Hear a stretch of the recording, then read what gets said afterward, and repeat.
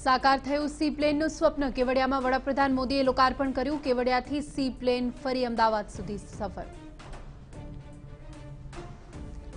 નર્મદાના કેવડિયા ખાતેથી પીએમ મોદીએ દેશની સૌપ્રથમ સી પ્લેન સેવાનો પ્રારંભ કર્યો। ઉદ્ઘાટન સમયે કેન્દ્રીય હવાઈ મંત્રી હર્ષદીપસિંહ પુરી પણ હાજર રહ્યા। તો અધિકારી પાસેથી પ્લેનને લઈને પીએમ મોદીએ જાણકારી લીધી હતી। 31 ઓક્ટોબરે સરદાર વલ્લભભાઈ પટેલની જન્મજયંતિ નિમિત્તે વડાપ્રધાન મોદીએ કેવડિયા ખાતે પુષ્પાંજલિ અર્પણ કરી। સરદારની વિશાળ પ્રતિમાને જળ ચડાવીને વડાપ્રધાને નમન કર્યા। કેવડિયામાં એકતા પરેડ બાદ વડાપ્રધાન મોદીનું સંબોધન। કહ્યું કે વિશ્વના ટુરિઝમ મેપમાં કેવડિયા છવાશે, રોજગારીની નવી તક મળશે તેવું પણ જણાવ્યું। વડાપ્રધાન મોદીએ ભાષણ દરમિયાન પુલવામા હુમલાનો પણ ઉલ્લેખ કર્યો। કહ્યું કે પુલવામા હુમલા સમયે નીચલી કક્ષાની રાજનીતિ તેમણે સહન કરી। વિપક્ષ દુશ્મન દેશનું મહોરું ન બને। વડાપ્રધાને દર્દ સાથે ગડગડા થઈને કહ્યું કે જવાનોની શહીદી સમયે દેશ દુઃખી હતો, ત્યારે કેટલાક વિપક્ષી દળો રાજનીતિ કરવામાં વ્યસ્ત હતા। વિપક્ષ રાજકીય સ્વાર્થ માટે દેશહિત અને સેનાના બલિદાનને પણ ભૂલી જતા હોવાનો આક્ષેપ કર્યો। આ સાથે જ મોદીએ કહ્યું કે પુલવામા આતંકી હુમલા સમયે તેમણે વિપક્ષની ભદ્દી રાજનીતિ સહન કરી। તો વડાપ્રધાન મોદીએ પુલવામા હુમલા મુદ્દે વિપક્ષ પર પ્રહાર કર્યા। કહ્યું કે પુલવામા હુમલા પછી દેશના વીર જવાનો શહીદ થવાથી સમગ્ર દેશ દુઃખી હતો, પરંતુ કેટલાક લોકો તેમનો રાજકીય સ્વાર્થ શોધી રહ્યા હતા। દેશ ક્યારેય નહીં ભૂલે। તો કેવડિયામાં પીએમએ સિવિલ સર્વિસીસ પ્રોબેશન્સને સંબોધન કર્યું। કહ્યું કે પોતાના કામ અને પ્રણ વિશે લખીને રાખજો। જે કાગળ પર પોતાનો સંકલ્પ લખશો એ ફક્ત કાગળનો ટુકડો નહીં, પરંતુ તમારા દિલનો ટુકડો હશે। આ સાથે વડાપ્રધાને કહ્યું કે તમે ટીમ બનીને કામ કરજો। તમારી ટીમની ભાવના તમારા નિર્ણય પર મહત્વની રહેશે। સાથે જ કહ્યું કે સરદાર પટેલ દેશની સિવિલ સર્વિસીસના જનક હતા। ફ્રાન્સ કાર્ટૂન વિવાદ પર પીએમ મોદીના આકરા પ્રહાર। કહ્યું કે કેટલાક દેશો આતંકવાદના સમર્થનમાં આવી ગયા છે, જે વિશ્વ અને શાંતિ માટે ચિંતાનો વિષય। દરેક સરકારે આતંકવાદ સામે એકજૂટ થવાની જરૂર છે। આતંક અને હિંસાથી કોઈનું કલ્યાણ નથી થતું। તો એકતા દિવસ નિમિત્તે યોજાયેલી એકતા પરેડ આકર્ષણનું કેન્દ્ર બની। પ્રથમવાર હોર્સ અને કેમસ પ્લાટૂન જોવા મળ્યા। તો શૌર્યનું પ્રદર્શન કરતા જવાનોને વડાપ્રધાને પણ સલામી આપી। પરેડમાં મહિલા જવાનોએ પણ શક્તિનું પ્રદર્શન કર્યું।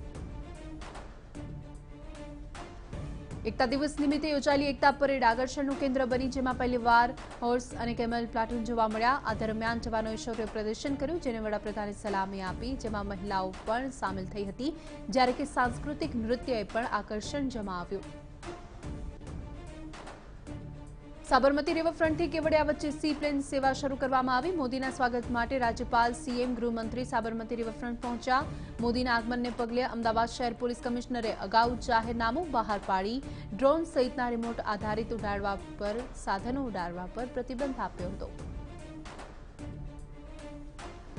તો પીએમ મોદી દ્વારા સી પ્લેનના ઉદ્ઘાટન કર્યા બાદ સી પ્લેન માટે બુકિંગ સર્વિસ પણ શરૂ કરવામાં આવી। મુસાફરોએ વેબસાઇટ પર જઈને બુકિંગ કરવું પડશે। એક વ્યક્તિ દ્વારા એક પ્રયત્નમાં 4 વ્યક્તિઓ માટે બુકિંગ કરી શકાશે। તો અમદાવાદમાં પીએમ મોદી રિવરફ્રન્ટ પર 45 મિનિટ સુધી રોકાયા બાદ ગુજરાતનો 2 દિવસીય પ્રવાસને સમાપ્ત કર્યો અને અમદાવાદ એરપોર્ટથી નવી દિલ્હી જવા માટે રવાના થયા।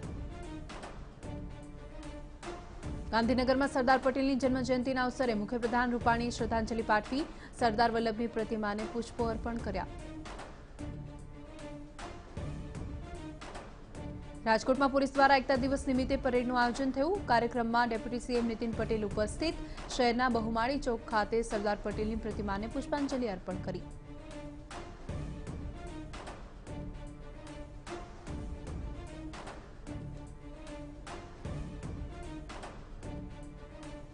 સરદાર પટેલ જન્મજયંતિ નિમિત્તે બારડોલીમાં ગેંગ ઓફ સરદારની 6 દીકરીઓ દ્વારા અનોખી ઉજવણી।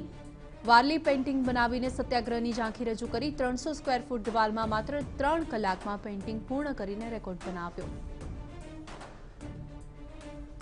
નવસારીમાં એકતા દિવસની ઉજવણી કરવામાં આવી। ઐતિહાસિક દાંડી મેમોરિયલ ખાતે સરદાર પટેલ જન્મજયંતિની ઉજવણી થઈ।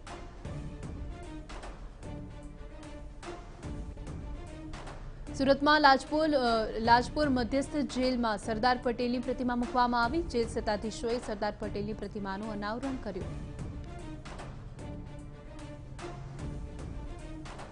ગીર સોમનાથમાં સરદાર વલ્લભભાઈ પટેલની 144મી જન્મ જયંતિની ઉજવણી કરવામાં આવી. સોમનાથ મંદિર ટ્રસ્ટ દ્વારા પુષ્પાંજલિ અપાઈ.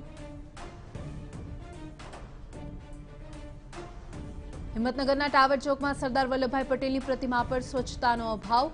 સરદારની પ્રતિમાનો 2 જ મહિનામાં કલર પણ ઉખડી ગયો. ભાજપ અને કોંગ્રેસે અસ્વચ્છ પ્રતિમાને ફૂલહાર અને સૂતરની આંટી અર્પણ કરી. રાજકોટમાં કોંગ્રેસ દ્વારા કૃષિ બિલનો વિરોધ કરવામાં આવ્યો. કોંગ્રેસ પ્રભારી રાજીવ સાતવ અને પ્રદેશ પ્રમુખ અમિત ચાવડા સહિત કાર્યકરોએ ધરણા કર્યા. કાર્યક્રમની પરવાનગી ન મળી હોવાથી પોલીસે કાર્યકર્તાઓની અટકાયત કરી.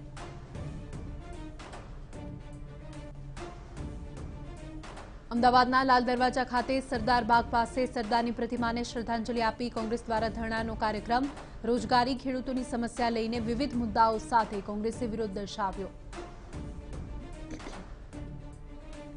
વલસાડમાં આઝાદ ચોક ખાતે આમ આદમી પાર્ટીના કાર્યકરો દ્વારા વિરોધ પ્રદર્શન. મહિલાઓના મુદ્દાને લઈને વિરોધ કરતા પોલીસે 20થી વધારે કાર્યકર્તાઓની અટકાયત કરી. અમરેલીના બગસરા ખાતે મુખ્યમંત્રી વિજય રૂપાણીની ચૂંટણી સભા. સીએમ રૂપાણી અને પ્રદેશ પ્રમુખ CR પાટીલ બગસરા પહોંચ્યા. જેવી કાકડિયાની જીત માટે ભાજપ લગાવી રહ્યું છે એડી ચોટીનું જોર. અબડાસા વિધાનસભા પેટા ચૂંટણીના પ્રચાર માટે ડેપ્યુટી સીએમ નીતિન પટેલ કચ્છમાં. નીતિન પટેલનું ભુજ એરપોર્ટ પર કચ્છી પાઘડી પહેરાવીને સ્વાગત કરવામાં આવ્યું. કચ્છ ભાજપના પ્રમુખ કેશુભાઈ પટેલ, વાસણભાઈ આહિર, સાંસદ વિનોદ ચાવડા પણ ઉપસ્થિત. ડાંગમાં પેટા ચૂંટણીને લઈને વિવિધ પાર્ટીઓ દ્વારા પ્રચાર શરૂ. કોંગ્રેસ, ભાજપ સહિત પ્રજાશક્તિ પાર્ટી અને ભારતીય ટ્રાયબલ પાર્ટી દ્વારા પ્રચાર પૂરજોશમાં. ઉમેદવારોના ઘરે ઘરે જઈને પ્રચાર કરવામાં આવી રહ્યો છે. મોરબીમાં ભાજપ યુવા મોરચાએ ચૂંટણી આયોગના નિયમોને નેવે મૂક્યા. ભાજપના ઉમેદવાર બ્રિજેશ મેરજાના સમર્થનમાં બાઇક રેલીના નિયમોના ધજાગરા. ગુજરાત વિધાનસભાની 8 બેઠકની પેટા ચૂંટણી પર 3 નવેમ્બરે મતદાન. 8 બેઠક પર 80 પૈકી 14 ઉમેદવારો ગુનાહિત ભૂતકાળ ધરાવે છે. ભાજપના 3, કોંગ્રેસના 2, બીટીપીના 1 અને અપક્ષના 8 ઉમેદવારોનો ઇતિહાસ ગુનાહિત.